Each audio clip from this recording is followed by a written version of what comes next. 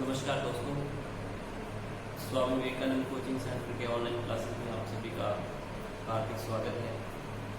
हम रीजनिंग का टॉपिक पढ़ रहे थे कैलेंडर, आज उसी टॉपिक को हम कंटिन्यू करने जा रहे हैं। आज हम पढ़ रहे हैं निर्धारित तिथि पर दिन ज्ञात करना या फिर वार ज्ञात करना। हमें कोई भी निर्धारित तिथि दे रखी होगी जिस पर हमें दिन ज्ञात करना होगा। तो आज का हमारा जो टाइप है वो है निर्धारित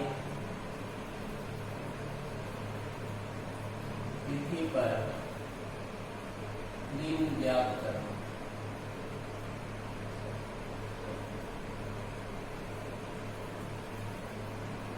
to find a day on a day. तो देखिए, पहले मैंने आपको बताया था कि जो कोडिंग की बात की जाती है तो मंडे के लिए हम कोडिंग देते हैं एक, मंडे 1 नंबर पर, उसके बाद ट्यूसडे 2 पर, वेडनेसडे 3 पर, थर्सडे 4 पर, फ्राइडे 5 पर, सैटरडे 6 पर और संडे या तो 0 या फिर 7। ये मैंने कोडिंग बताई थी कि अगर हमारे पास विषम दिन 1 आता है लास्ट में बच के, तो हम मान लेते हैं कि वो बार मंडे होगा। अगर हमारे पास विषम दिन 2 आता है तो हम मान लेते हैं कि ट्यूसडे होगा, मंगलवार को होगा। अगर हमारे पास विषम दिन 3 आता है तो बुधवार होगा, विषम दिन 4 आता है तो गुरुवार होगा, विषम दिन 5 आता है तो शुक्रवार होगा, विषम दिन 6 आता है तो शनिवार, और विषम दिन 0 या फिर 7 आएगा तो 7 से भाग देंगे तो 0 ही आएगा, यानी 0 के लिए हम विषम दिन लेंगे। विषम दिन अगर 0 आएगा तो उसके लिए हम लेंगे संडे। अब है क्या निर्धारित तिथि पर दिन ज्ञात करना। जैसे हमें कोई भी एक निर्धारित तिथि दे दी जाती है, जैसे मैं मान लेता हूं कि हमें ज्ञात करना है 15 अगस्त 1947। हमें पूछा जाएगा कि 15 अगस्त 1947 को कौन सा वार या कौन सा दिन है, हमें बताना है कि उस दिन कौन सा दिन था या कौन सा वार था। तो 15 अगस्त 1947 को बताना है। तो सबसे पहले देखिए, इसको करने की अप्रोच क्या है या करने का तरीका क्या है, उस पर बात करते हैं हम। हमें क्या करना है, ये जो 1947 हमें दे रखा है, 1947 15 अगस्त 1947 दे रखा है, तो इससे जस्ट आगे वाले साल तक यानी 1946 तक हमें देखना है कि विषम दिन कितने आ रहे हैं, क्योंकि यहाँ पर 15 अगस्त 1947 की बात हम अलग से करेंगे। हमें देखना है कि इससे पहले 1946 तक विषम दिन कितने आ रहे हैं। तो सबसे पहले हमें पेयर बनाना 400 का, क्योंकि मैंने आपको बताया था कि 400 का कोई भी मल्टीपल हो, 400 या फिर 400 का कोई भी मल्टीपल हो, हमेशा विषम दिन 0 ही देता है, अतिरिक्त दिन देता है 0। तो यहाँ पर अगर हम 400 के मल्टीपल बनाएं तो 400 के मल्टीपल बनेंगे 4 तक, यहाँ तक बन गया ये 1600। 1600 के बाद ये बचेगा 346, जिसको मैं लिख रहा हूं 300 प्लस 46। अब इन 46 में जितने भी लीप वर्ष आएंगे उसको हमें अलग से लिखना है कि लीप ईयर इसमें कितने आएंगे, उसको हमें अलग से लिखना है। ये करने की अप्रोच है। सबसे पहले हमें 400 का मल्टीपल यानी 400 से भाग देने पर शेषफल, या फिर हम ऐसे भी कह सकते हैं कि 1946 में अगर हम 400 का भाग दे दें तो हमारे पास शेषफल कितना आएगा, तो शेषफल आएगा हमारे पास 346। ये 346 हम इस प्रकार लिखेंगे 300 प्लस 46। इन 46 में जितने लीप वर्ष आ रहे हैं उसको हम अलग से लिखेंगे। इसका हमारे पास कोई मतलब नहीं है, क्योंकि ये तो 0 ही बनाएगा। 400 या 400 कोई भी मल्टीपल होगा वो विषम दिन 0 ही देगा।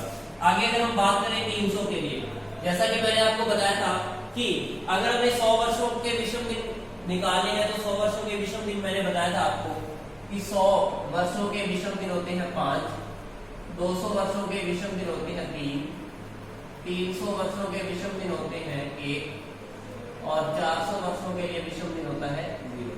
ये मैंने आपको बताया। अब देखिए, हमें दे रखा है 300, तो 300 के लिए जो विषम दिन है वो है 1, यानी 0 प्लस 1 आ जाएगा, प्लस ये 46। अब क्योंकि एक साधारण वर्ष में एक दिन अतिरिक्त होता है, यानी ये 40 वर्ष है तो ये 40 दिन अतिरिक्त हो जाएंगे, लेकिन इस 40 वर्षों में कुछ लीप वर्ष भी आएंगे, तो जितने लीप वर्ष आएंगे उसको हम अलग से जोड़ देंगे। तो 46 में अगर हमें लीप वर्ष चेक करना है तो हम कैसे चेक करेंगे, 46 में भाग देंगे 4 का। तो जब 46 में 4 का भाग देंगे तो देखिए यहाँ से 6, 4 एकम 4 ही आ रहा है। शेषफल से हमें कोई मतलब नहीं है, हमें सिर्फ मतलब है तो वो भागफल से। तो यहाँ से भागफल आ रहा है हमारे पास 11। एक बात आपको ध्यान में रखनी है, वो क्या है, वो ये है जैसे कि हम 46 के लिए लीप वर्ष ज्ञात करने के लिए हम 4 से भाग दे रहे हैं। एक बात हमेशा आपको ध्यान में रखनी है, क्या, अगर सीक्वेंस में चल रहा है, जैसे पहला वर्ष, दूसरा वर्ष, तीसरा वर्ष, चौथा वर्ष, पांचवा वर्ष, ऐसे करके जितना 100 वर्ष हो, 1000 वर्ष हो, तो उसमें हम लीप वर्ष ज्ञात करने के लिए हम भाग देते हैं 4 से। लीप वर्ष ज्ञात करने के लिए भाग देते हैं 4 से। यहाँ पर भी हमने 4 से भाग दिया, क्यों दिया, क्योंकि 346 वर्ष थे, 300 कॉलम ले लिया, तो जो 46 वर्ष है वो 1 से शुरू हो रहे हैं, 1 से 46 वर्षों तक हमने लीप वर्ष निकाले तो 4 से भाग दिया। लेकिन आपको ध्यान में रखना है, यदि हमसे कह दिया जाए कि 11 से लेकर, या कह दिया जाए 2011 से लेकर 2032 तक आपको बताना है कि लीप ईयर कितने आएंगे, तो हम यहाँ पर वर्षों का अंतर करके 4 से भाग नहीं दे सकते, क्योंकि अगर हम 4 से भाग देंगे तो यहाँ से हमारे पास लीप वर्ष नहीं आएंगे। तो हमेशा ध्यान में रखना है, जब भी काउंटिंग 1 से हो तभी हम लीप वर्ष ज्ञात करने के लिए 4 से भाग देते हैं। वैसे अगर हमें काउंटिंग 1 से शुरू न की हो, जैसे यहाँ पर 2011 से लेकर 2032 तक पूछा है, तो यहाँ हम 4 से भाग नहीं दे सकते इनके अंदर में, यहाँ इससे हमें लीप वर्ष ज्ञात नहीं होगा। तो ध्यान में रखेंगे, जब भी 0 से शुरू हो 0 से शुरू हो कोई भी वर्षों की जो काउंटिंग है, तभी हम 4 से भाग देकर उसका लीप वर्ष निकालते हैं। अगर हमारे पास 2010 दे रखा है, 2011 दे रखा है, उसके बाद का समय देकर उससे लीप वर्ष पूछे तो हम 4 से भाग देकर नहीं निकाल सकते, फिर हमें अलग से निकालना पड़ेगा। जैसे इसके बाद 2012 लीप वर्ष आ रहा है, फिर 2016 लीप वर्ष आ रहा है, 20 लीप वर्ष आ रहा है, इस तरीके से हमें ज्ञात करना होगा। तो देखिए यहाँ पर इनको जब ऐड करेंगे तो ऐड करने पर आएगा 47 और 11 को जोड़ेंगे तो यहाँ से आ जाएगा 58। जब 58 में 7 का भाग देंगे तो हमें, अब देखिए विषम दिन ज्ञात कर रहे हैं, तो विषम दिन ज्ञात करने के लिए हम क्या करते हैं, विषम दिन वही होता है जो हमारे पास रिमाइंडर आता है। तो यहाँ पर देखिए रिमाइंडर आ रहा है 2, यहाँ हमने रिमाइंडर निकाला 2। अभी हमने बात की थी सिर्फ 1946 तक की, अब हम बात कर रहे हैं 15 अगस्त 1947, ये जो वर्ष जिसका हमें ज्ञात करना था। अब हम बात कर रहे हैं 15 अगस्त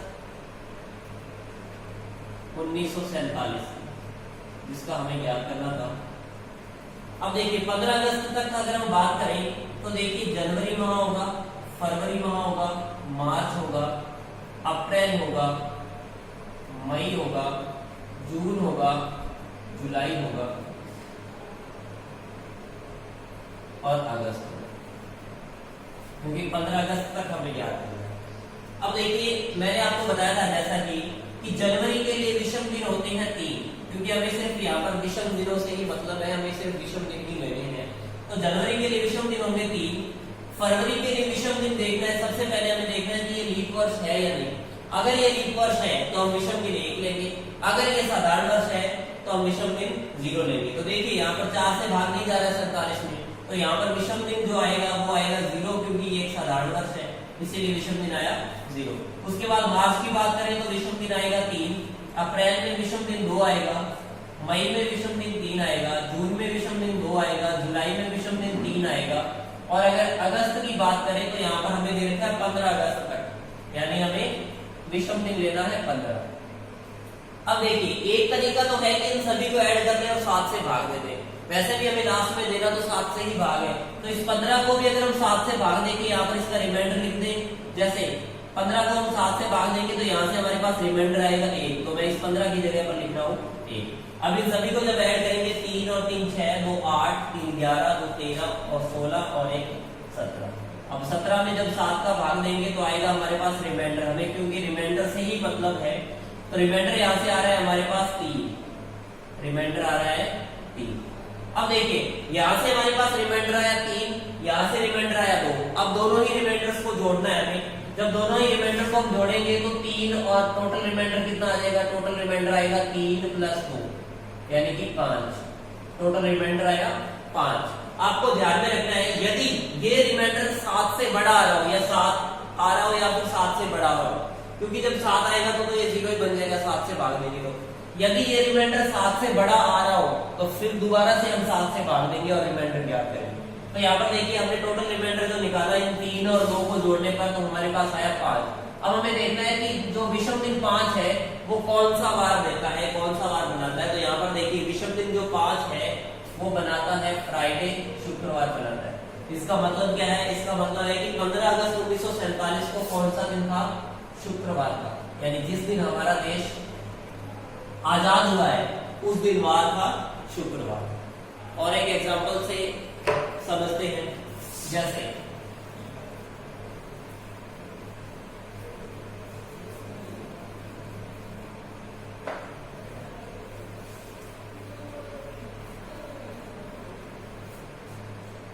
एक एग्जांपल लिया हमने 26 जनवरी 1950। हमें बताना है कि कौन सा डे होगा, इस दिन कौन सा वार होगा। तो सबसे पहले हमें क्या करना है? सबसे पहले हमें देखना है 1950 से पहले वाले वर्षों तक विषम दिन कितने आ रहे हैं। तो 1950 से पहले वाले वर्षों तक बात करें तो 1949। अब हमें देखना है कि 1949 में विषम दिन कितने हैं।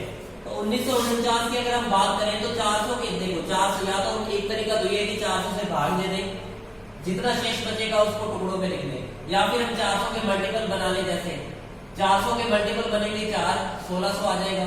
1600 के बाद बचेगा 300 प्लस 49, और इन 49 में जितने भी लीप वर्ष है, लीप ईयर है, कितने, इन 49 वर्षों में जितने लीप वर्ष है उसको हम अलग से लिखेंगे। तो यहाँ पर देखिए ये तो 0 ही बनाएगा रिमाइंडर, अभी जैसा कि मैंने बताया था आपको, यहाँ से रिमाइंडर आएगा 0, और 300 के लिए मैंने विषम दिन बताए थे 1 प्लस 49, और इन 49 वर्षों में जितने भी लीप वर्ष आ रहे हैं, तो इन 49 वर्षों की जब हम बात करेंगे तो यहाँ से लीप वर्ष आएगा 12। अब देखिए इन सभी को ऐड करना है, या फिर आप ये भी कर सकते हैं, क्योंकि हमें लास्ट में निकालना तो रिमाइंडर ही है। तो यहाँ देखिए 7 से इसका भाग दे दीजिए, यहाँ से जितने भी रिमाइंडर आ रहे हैं, देखिए एक रिमाइंडर तो ये रहा, 7 से जब भाग देंगे तो ये पूरा पूरा भाग जा रहा है, यहाँ से रिमाइंडर बनाएगा 0, प्लस 12 में जब 7 का भाग देंगे तो यहाँ से हमारे पास जो रिमाइंडर आएगा वो आएगा 5 और एक टोटल रिमाइंडर आ रहा है हमारे पास 6, यानी 1950 वर्षों से पहले, यानी 1949 तक रिमाइंडर दे रहा है ये 6। अब हम बात करने जा रहे हैं 26 जनवरी की। 26 जनवरी, अब देखिए 26 जनवरी, अगर यहाँ पर फरवरी या मार्च दे रखा होता तो हम जनवरी, फरवरी और मार्च तक लेते, यानी जनवरी के लिए विषम दिन 3 लेते, फरवरी हम देखते कि विषम दिन हमें लीप दे रखा है या नहीं दे रखा, तो उस अकॉर्डिंग हम देखते उसका। तो यहाँ पर देखिए हमें सिर्फ जनवरी माह से ही मतलब है, तो जनवरी में दिन कितने दे रखे हमें? दिन दे रखे हमें 26। जब हम 26 में 7 का भाग देंगे तो यहाँ से जो हमारे पास रिमाइंडर आएगा वो रिमाइंडर आएगा 5, यहाँ से रिमाइंडर आएगा 5। अब देखिए इन दोनों रिमाइंडर्स को जब हम ऐड करेंगे तो जो टोटल रिमाइंडर आएगा वो आएगा 11। अब जब मैंने बताया था कि जब भी ये रिमाइंडर 7 से बड़ा है तो हमें क्या करना है? 7 से भाग देना है। जब हम 7 से भाग देंगे तो जो नया रिमाइंडर हमारे पास आएगा वो आएगा 4, नया रिमाइंडर आएगा हमारे पास 4। इसका मतलब 26 जनवरी 1950 को जो दिन था वो था गुरुवार। 26 जनवरी 1950 को दिन था गुरुवार। एग्जाम्पल के तौर पर एक और एग्जाम्पल लेते हैं, जैसे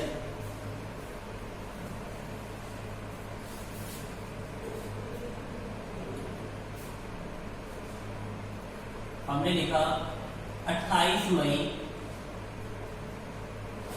1971 को बताना है कि इस दिन कौन सा वार था, इस दिन कौन सा दिन था। हमें वार याद करना है या फिर दिन याद करना है कि इस दिन कौन सा वार था। तो सबसे पहले हमें क्या करना है? हमें देखना है कि 1970 तक विषम दिन कितने आ रहे हैं, यानी जो दे रखा है हमें, जो वर्ष दे रखा है उससे जस्ट पहले वाले वर्षों तक, यानी 1970 तक देखते हैं कि विषम दिन कितने आ रहे हैं। तरीके मैंने दो बताए, या तो 400 का मल्टीपल देख लो या फिर 400 से इसका जब भाग देंगे तो हमारे पास शेष बचेगा 370, शेष बचेगा 370, क्योंकि जो 400 का मल्टीपल होगा वो तो 0 ही बनाएगा विषम दिन। तो 370 को हम लिख रहे हैं 300 प्लस में 70, 300 प्लस में 70।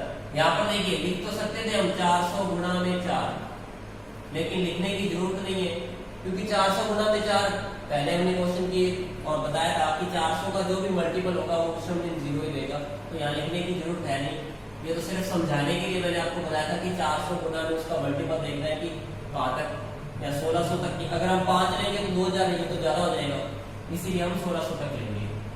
अब देखिए विषम दिन और इसमें प्लस लीप वर्ष आएंगे।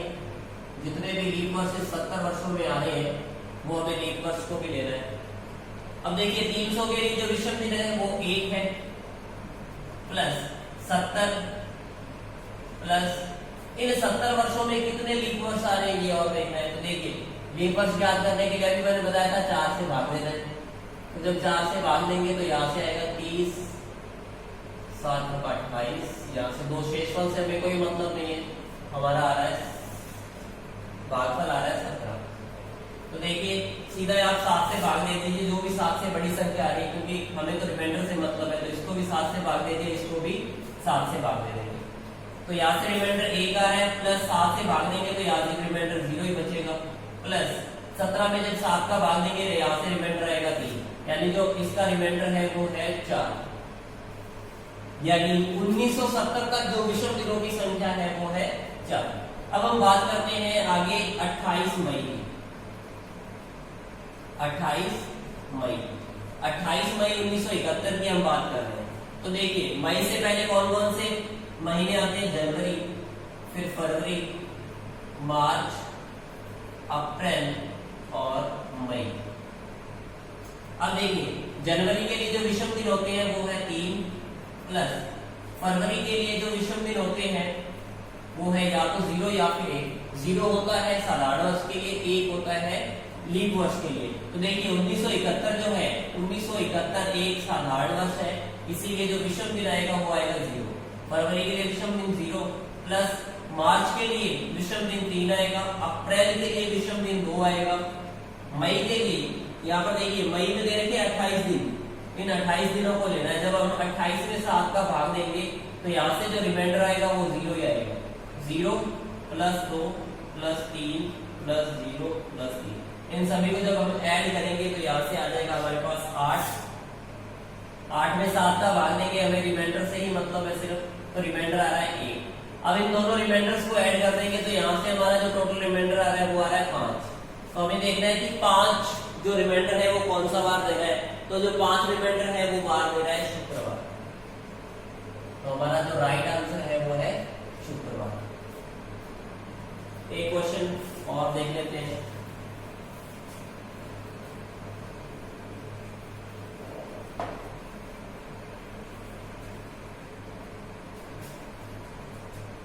क्वेश्चन है कि 10 मार्च 1980 को कौन सा दिन था ये हमें बताना है। तो सबसे पहले देखिए 1979 तक देखना है कि विषम दिन कितने आ रहे हैं। तो जब 400 से भाग देंगे तो यहाँ से हमारे पास रिमाइंडर आएगा 379। जब 379 के हम टुकड़े करेंगे तो इसको किस तरह से लिखेंगे? 300 प्लस में 79 प्लस में इसमें जितने भी लीप वर्ष आ रहे हैं, जितने भी लीप वर्ष आ रहे हैं इसमें। तो देखिए 300 के लिए जो विषम दिन है वो आ रहा है 1 प्लस 79 प्लस इन 79 ईयर्स में जितने भी लीप वर्ष आ रहे हैं उसको हम यहाँ लिखेंगे। तो लीप वर्ष ज्ञात करने के लिए मैंने क्या बताया आपको? 4 से भाग देना है। जब 4 से भाग देंगे तो आ रहा है हमारे पास, रिमाइंडर से कोई मतलब नहीं है, यहाँ में लीप वर्ष निकालने के लिए भागफल से मतलब है, तो 19 आ रहा है। तो याद है कि इसको भी अगर हम 7 से भाग देंगे और इसको भी 7 से भाग देंगे, क्योंकि हमें सिर्फ रिमाइंडर से मतलब है। जब भी संख्या 7 से बड़ी आ रही हो तो हम 7 से भाग देकर उसका रिमाइंडर निकाल लेंगे। तो यहाँ से आ रहा है 1 प्लस यहाँ से रिमाइंडर आएगा 2 प्लस यहाँ से रिमाइंडर आएगा 5। अब देखिए इन सभी को जब हम ऐड करेंगे तो यहाँ से आ रहा है 8, फिर 7 से बड़ा आ रहा है तो 7 से इसका भाग देके रिमाइंडर निकाल लेंगे हम 1। अब आगे हम बात कर रहे हैं 10 मार्च तक की। 10 मार्च में देखिए जनवरी के बाद फरवरी और फिर मार्च को लेना है। देखिए मैंने आपको पिछली वीडियो में जैसे बताया था कि जनवरी के लिए जो विषम दिन होते हैं वो 3 होते हैं, फरवरी के लिए विषम दिन या तो 0 होगा या फिर 1 होगा। 0 होता है साधारण वर्ष के लिए, 1 होता है लीप वर्ष के लिए। उसके बाद आता है मार्च, मार्च के लिए विषम दिन 3 होते हैं। मार्च के बाद आता है अप्रैल, अप्रैल के लिए विषम दिन 2 होते हैं।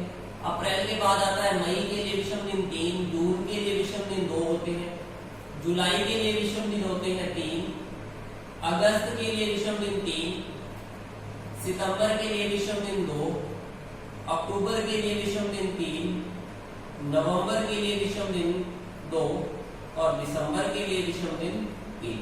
तो यहाँ देखिए जनवरी के लिए विषम दिन होंगे 3। अब हम बात कर रहे हैं 10 मार्च 1980 की। 10 मार्च 1980 की बात कर रहे हैं। इससे पहले जो विषम दिन आए हैं वो आए हैं 1, यानी 1979 तक जो विषम दिन है वो 1 है। अब हम बात करने जा रहे हैं 10 मार्च 1980 की, यानी 1980 वाला जो साल है उसकी बात कर रहे हैं। तो देखिए जनवरी के लिए अतिरिक्त दिन आएंगे 3, विषम दिन 3 आएंगे।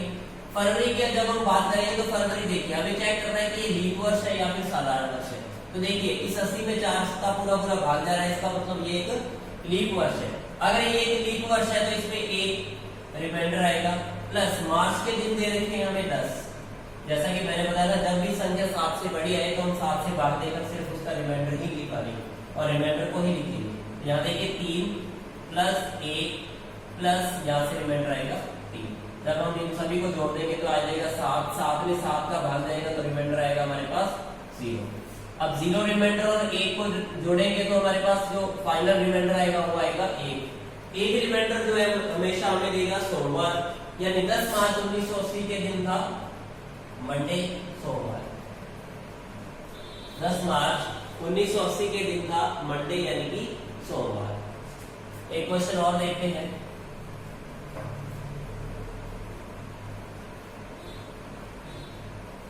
क्वेश्चन है 10 मई 1857 के दिन कौन सा वार था हमें बताना है। तो सबसे पहले देखिए इस 1857 से पहले जितने भी वर्ष आए होंगे हमें उनके विषम दिन निकालने, यानी 1856 तक की हमें बात करनी है। अब 1856 में अगर हम 400 से भाग देते हैं तो यहाँ से हमारे पास जो रिमाइंडर आता है वो क्या आएगा, रिमाइंडर 400 से भाग दिया क्योंकि 400 का मल्टीपल ही देखना है, या फिर हम लिख सकते हैं कि 400 गुना में 4, क्योंकि 400 का जो मल्टीपल होगा वो रिमाइंडर 0 ही देगा। तो 400 गुना में 4 यानी 1600 हो गया, प्लस बचा कितना 256 बचा। 256 को हम लिखेंगे 200 प्लस में 56, और इन 56 वर्षों में जितने भी लीप वर्ष आएंगे उनको भी हमें लिखना है। तो देखिए यहाँ से ये रिमाइंडर बनाएगा 0 प्लस 200 वर्षों के लिए मैंने बताया था विषम दिन होते हैं 3 और डेज 3 होते हैं। 56 वर्ष लेने हैं, यानी 56 में जितने भी लीप वर्ष आ रहे हैं। अब जब 56 की बात करेंगे तो लीप वर्ष आएंगे यहाँ पर 14। अब देखिए यहाँ पर जब भी 7 से बड़ी संख्या आ रही है तो हमें 7 से भाग देना है। 7 से पूरा भाग जा रहा है, यानी यहाँ तो रिमाइंडर 0 ही था, यहाँ भी रिमाइंडर 3, और इनकी जब बात करेंगे तो यहाँ से रिमाइंडर 0 आएगा क्योंकि पूरा भाग जा रहा है। 14 में भी 7 का पूरा भाग जा रहा है तो यहाँ पर भी रिमाइंडर क्या आएगा, 0 आएगा। यानी टोटल इनका रिमाइंडर जो आया वो कितना आया, 3 आया। ये जो 3 रिमाइंडर है ये किसका है, ये 3 रिमाइंडर है 1856 तक का, यानी 1856 तक विषम दिनों की जो संख्या है वो कितनी है, 3 है। अब हम बात कर रहे हैं 10 मई, हम बात करने जा रहे हैं 10 मई 1857। तो जब हम बात करें 10 मई 1857 की तो मई से पहले कौन कौन से महीने आ रहे हैं, जनवरी, फरवरी, मार्च, अप्रैल और मई। देखिए जनवरी के लिए मैंने बताया था विषम दिन होते हैं 3, फरवरी के लिए या तो विषम दिन 0 होगा या फिर 1 होगा। विषम दिन 0 होगा जब साधारण वर्ष होगा, विषम दिन 1 होगा जब लीप वर्ष होगा। तो देखिए 1857 जो है वो एक साधारण वर्ष है, यानी विषम दिनों की संख्या फरवरी में 0 आएगी। मार्च की जब बात करेंगे तो यहाँ से विषम दिन 3, अप्रैल में विषम दिन 2, और मई की बात करें तो मई में विषम दिन आएंगे, यानी 10 मई दे रखा है तो 10 लेंगे, क्योंकि जब भी 7 से बड़ा आएगा तो हमें 7 से भाग देकर सिर्फ रिमाइंडर निकालना है। तो यहाँ से रिमाइंडर आएगा 3, बाकी संख्याओं को हम वैसे का वैसे ऐड कर रहे हैं। अब देखिए इन सभी संख्याओं को जब हम ऐड करेंगे 3, 3, 6, 2, 8 और 3, 11, क्योंकि जब भी संख्या 7 से बड़ी आएगी तो हम 7 से भाग देंगे, 7 से भाग देकर उसका रिमाइंडर निकालेंगे तो यहाँ से रिमाइंडर आएगा 4, रिमाइंडर आ रहा है 4। अब दोनों ही रिमाइंडर्स को जब हम ऐड करेंगे तो 4 और 3 को ऐड किया, क्योंकि ये जो रिमाइंडर आया ये आया रिमाइंडर 1856 तक के लिए, और 10 मई 1857 का जो रिमाइंडर है वो आ रहा है हमारे पास 4, यानी दोनों के जो अतिरिक्त दिन है, दोनों के ऑड डेज है, टोटल को ऐड करेंगे तो आएगा 7। जब भी 7 आए या फिर 7 से बड़ी कोई संख्या है तो हम 7 से भाग देंगे, क्योंकि यहाँ पर 7 से पूरा पूरा भाग जा रहा है तो फाइनल रिमाइंडर है वो आ रहा है 0। इसका मतलब क्या है? इसका मतलब है कि 10 मई 1857 को कौन सा वार था? रिमाइंडर 0 पर वार आएगा संडे, यानी इस दिन था संडे। उम्मीद है दोस्तों आपको समझ में आ रहा होगा। एक क्वेश्चन और ले रहे हैं,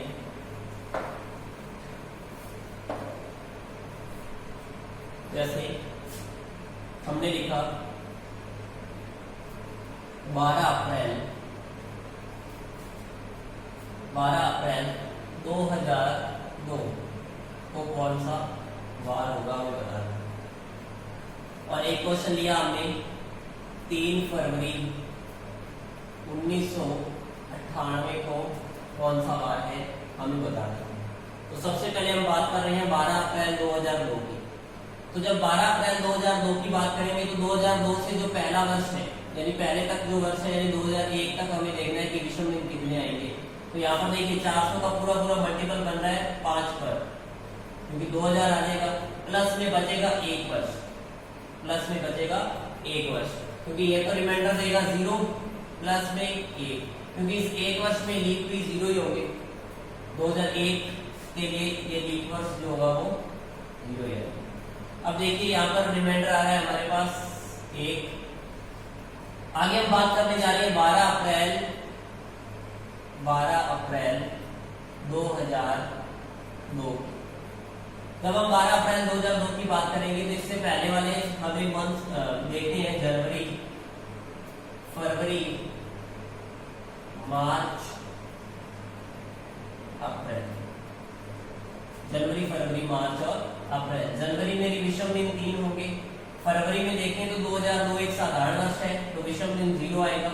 मार्च की जब हम बात करेंगे तो मार्च में विषम दिन आएंगे 3, और अप्रैल में हमें दिन दे रखे हैं 12, यानी 12 में जब हम 7 का भाग देंगे तो यहाँ से हमारे पास जो विषम दिन आएगा वो आएगा 5। इन सभी को जब हम ऐड करेंगे तो हमारे पास जो रिमाइंडर टोटल आएगा वो 11 आएगा, जिसमें हम 7 का भाग देंगे तो हमारे पास रिमाइंडर आ जाएगा 4। जब भी रिमाइंडर 7 से बड़ा आ रहा हो तो हम दोबारा 7 से भाग देंगे, 7 या 7 से बड़ा आ रहा हो तो हम 7 से दोबारा भाग देंगे। तो यहाँ पर देखिए टोटल रिमाइंडर जो आ रहा है दोनों का वो आ रहा है 5। अगर टोटल रिमाइंडर 5 है तो 5 पर जो 5 रिमाइंडर है वो कौन सा वार दे रहा है? वो दे रहा है शुक्रवार, दे रहा है फ्राइडे, यानी 12 अप्रैल 2002 को फ्राइडे। अब हम बात करने जा रहे हैं 3 फरवरी 1998 की। तो देखिए 3 फरवरी 1998 हमें देखना है कि 1998 से पहले यानी 1997 तक विषम दिन कितने आए होंगे। तो देखिए 400 का मल्टीपल बनना है 4 तक, 1600 हो गया, प्लस बचेगा ये 397 यानी 300 प्लस 97 प्लस में लीप ईयर।